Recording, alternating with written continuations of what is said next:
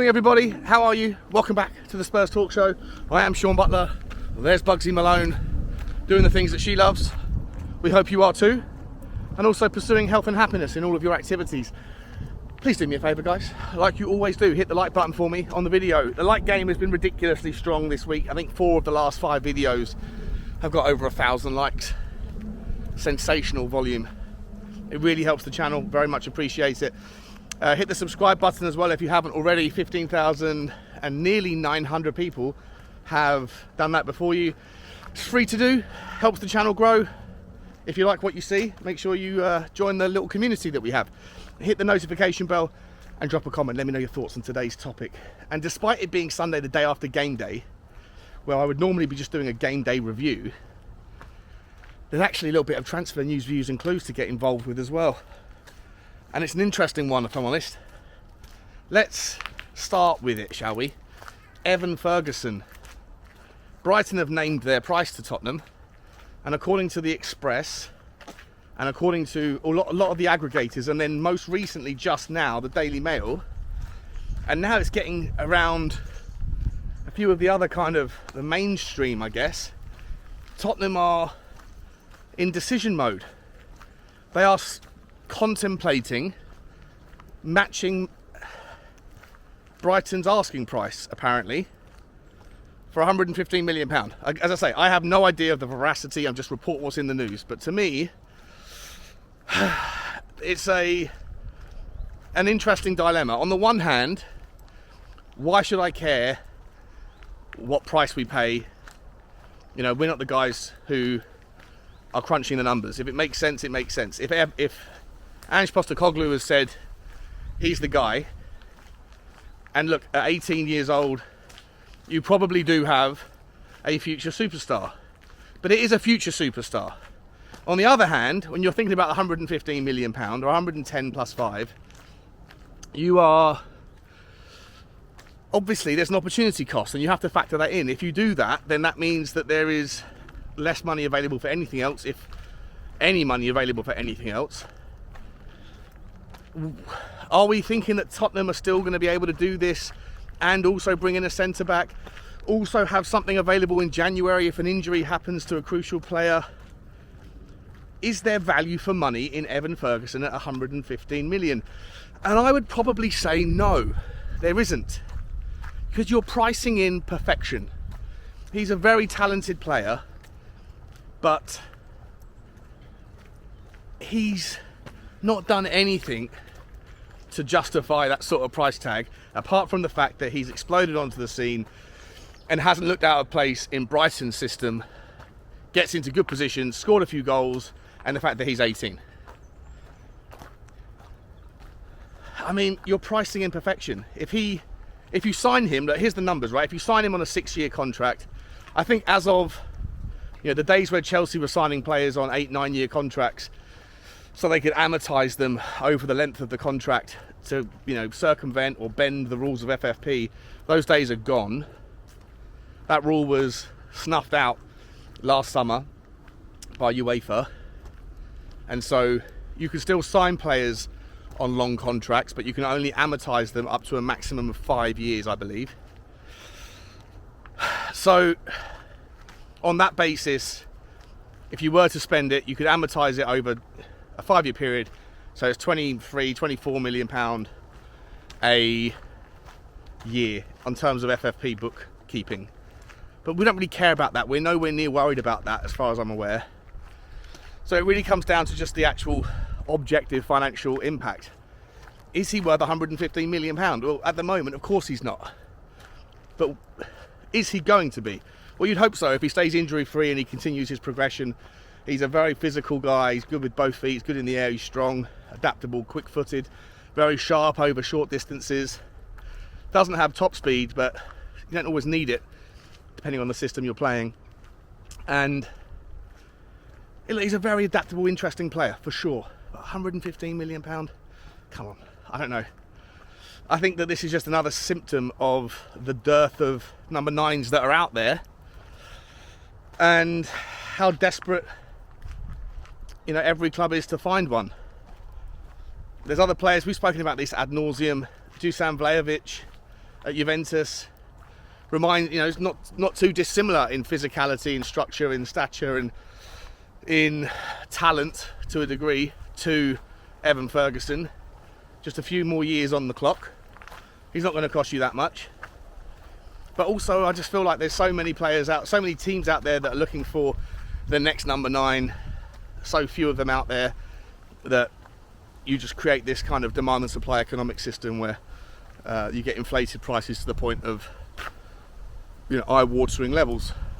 But let's be honest, Tottenham do need a forward, guys. Tottenham absolutely need a forward. Yesterday against Bournemouth, it was a wonderful display. Away to a tough team to beat. Andoni tried to play their system. For what it's worth, a lot of people were saying it was a dominant performance by us. I actually don't think it was that dominant. I think it was a game of 3/3. I feel like absent the first 5 minutes, the first third of the game was ours. The middle third that hugged the half-time interval, the last 15 of the first half and the first 15 of the second was theirs. I think once we got our second goal, it then became a little bit easier to control the system and to control the situation. But I actually think that tactically we were a little bit caught out at the start of the second half when Andoni Raiola, when he decided to bring Senyemo, I think his name's Senyemo, inside, off the wing, bulk out the midfield, him and Philip Billing. I thought they had the dominant spell, and I think they were very strong. It was a much more interesting battle in the midfield than I had initially thought on paper. I thought we would dominate, but we didn't. Philip Billing is a very, very tough individual, very good player. I like him a lot, actually. But look, we got the job done. It wasn't perfect, but when you look through the team, you have to make some sort of considerations and assumptions. And I think that there's not enough validation going to our back four at the moment, considering how we as a fan base were so, bored, tired, exhausted of the weaknesses and the vulnerabilities in our back line last year, with Conte playing a back three because he didn't trust the system, didn't trust the defenders enough, so added more of them in there, and it just didn't work out. It was a poor choice. Play to your strengths, not to your weaknesses.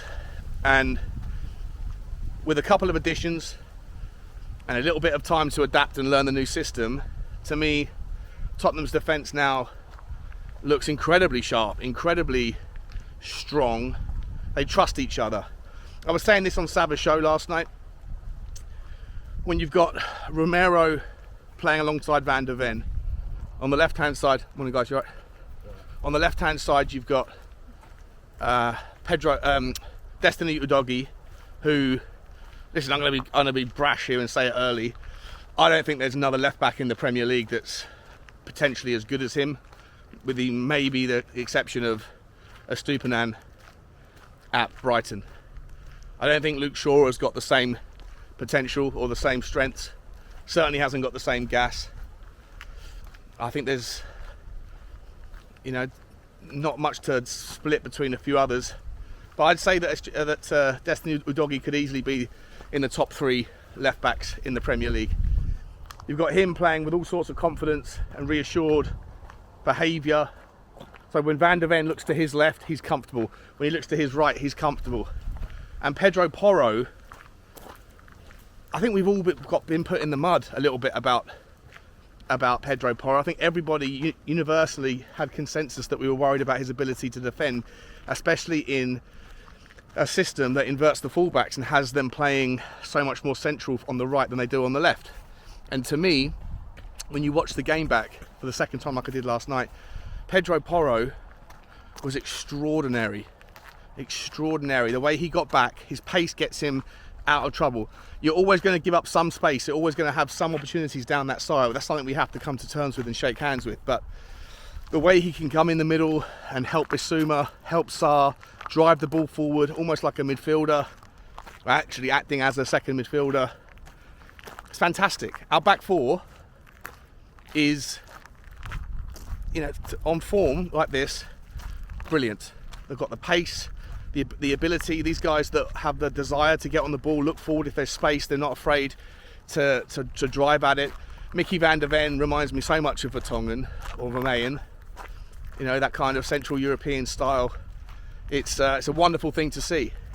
Ahead of them you've got Bissouma, who I didn't think Bissouma had as great a game as he did against Manchester United. Of course it would be difficult to keep that level up, but he was still phenomenal, absolutely phenomenal. James Maddison, I mean, signing of the summer without a shadow of a doubt, absolutely spectacular. If we can keep him fit, then I think we've got a really good chance of doing some really good things this year.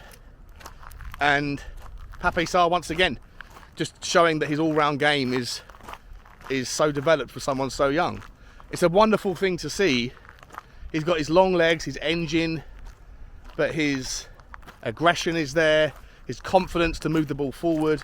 He's not afraid to try things, certainly not afraid to have a shot. His through balls are fantastic as well.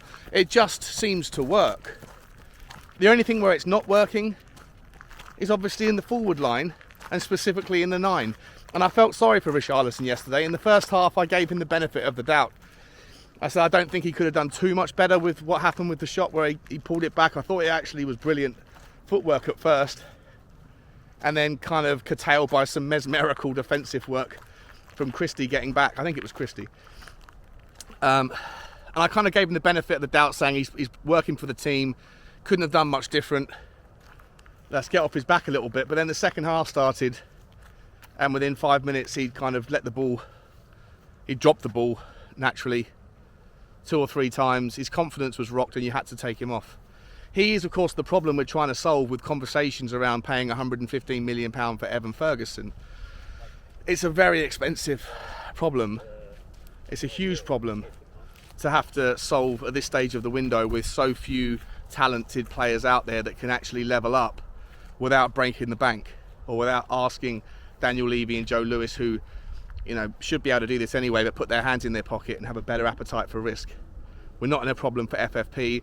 If Daniel Levy does really want to back this manager, and at the moment, don't forget that if you're not including Pedro Porro and Kulusevski final fees, then we're actually net positive on the net spend this summer, which doesn't really demonstrate or suggest to me that there's this grand replan, this grand master build, this reset that's happening. You're not really giving him all the tools you need, because whilst on paper, absent the number 9 issue, and you could make an argument to say that Kulusevski, once again, you know, people were sitting there getting on his back. I personally didn't think he had a good game yesterday, but the stats now show 3 games, 1 assist, 1 goal. You know, let's be honest, it's stats, so that you know, the final contributions are what counts. It was a good finish from him, but I think naturally during the game, I think his pace, his lack thereof of pace, is just the thing that hurts us a little bit. When we do break, he can't beat that man, and so he naturally has to pull back and slow it down. Maybe there's the justification there for someone like Brennan Johnson, who in that role, despite him being very much a one-trick pony, is excellent at doing the trick that you need him to do in the Kulusevski role, which is get the ball on the pace, drive at speed, and take players on. Something that Kulusevski doesn't really offer. But Kulusevski is still a very vital and valuable member of the squad, even if we do bring someone in to do that role. Are we going to get them all done, guys? Of course not. You're not going to see us sign Brennan Johnson and an Evan Ferguson and a centre-back. It would be a dream world if we could. I'd get on board it. Like I said at the start of the video, I don't really care about the money. Like, if we can find the money somehow, if it can make sense on the books, if Daniel Levy and Joe Lewis can find the generosity to get that 50 million quid out and put that to work as well, then I'm all for Evan Ferguson. Do I think he's a great player? Yes. Do I think he solves everything? No, I don't think Richarlison is the only problem that is going to stop us from doing things this year. But when you look through our team, guys, you're seeing wonderful early performances, and you're starting to see the building blocks of what could be a phenomenal, entertaining, interesting and exciting period for Tottenham.